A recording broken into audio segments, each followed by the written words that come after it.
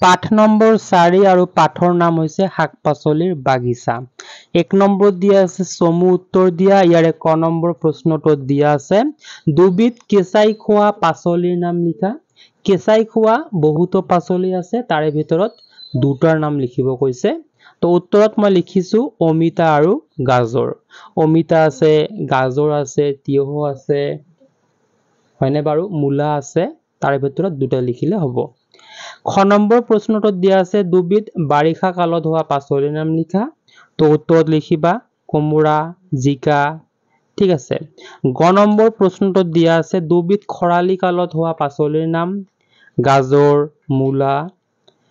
ঘ নম্বৰত দিয়া আছে মাহজাতীয় শস্য দুবিধৰ নাম লিখা, মাটিমাহ আৰু মটৰ মাহ।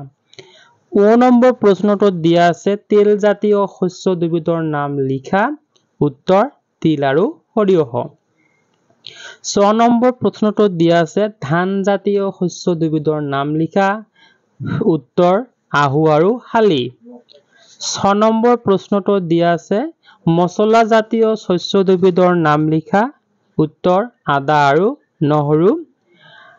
জ নম্বৰ প্ৰশ্নটোত দিয়া আছে দুবিধ খেতিৰ সঁজুলিৰ নাম লিখা।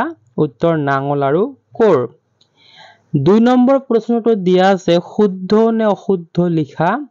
ক নম্বৰত দিয়া আছে খেতি কৰিবলৈ প্ৰথমতে মাটিডৰা ভালকৈ চহাব লাগে, এইটো শুদ্ধ হয়।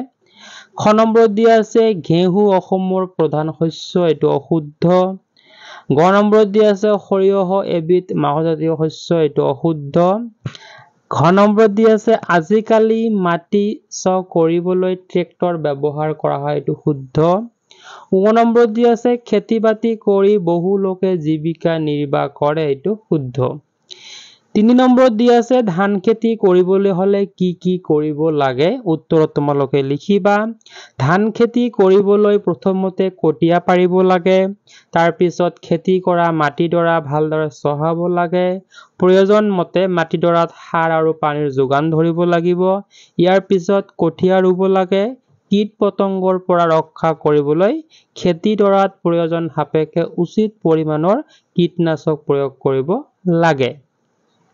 4 নম্বৰ প্ৰশ্নটোত দিয়া আছে কি কি উপায়েৰে খেতি পথাৰত পানী যোগান ধৰা হয়।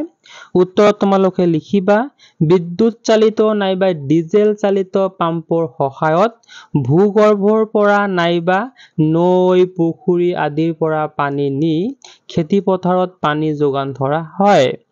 5 নম্বৰ প্ৰশ্নটোত দিয়া আছে শীতল ভঁৰাল কি। শীতল ভঁৰালত কি কি খাদ্য বস্তু ৰখা হয় আৰু কিয় ৰখা হয়। তো উত্তৰত তোমালোকে লিখিবা সোনকালে নষ্ট হৈ নোযোৱাকৈ শাক পাচলি, ফল মূল আদি এক নিৰ্দিষ্ট উষ্ণতাত শীতল কৰি ৰখা হয়। এনেদৰে শীতল কৰি ৰাখিব পৰা ভঁৰালেই হৈছে শীতল ভঁৰাল। শীতল ভঁৰালত শাক পাচলি, ফল মূল, ধান মাহ, চাহপাত আদি বহুত দিন নষ্ট নোহোৱাকৈ ভালে থাকিবৰ বাবে ৰখা হয়। ঠিক আছে, তো মৰমৰ ছাত্ৰ ছাত্ৰীসকল আজিৰ ভিডিঅ'টি ইয়াতে সমাপ্ত কৰিছো। ভিডিঅ'টি শেষলৈকে চোৱাৰ বাবে ধন্যবাদ।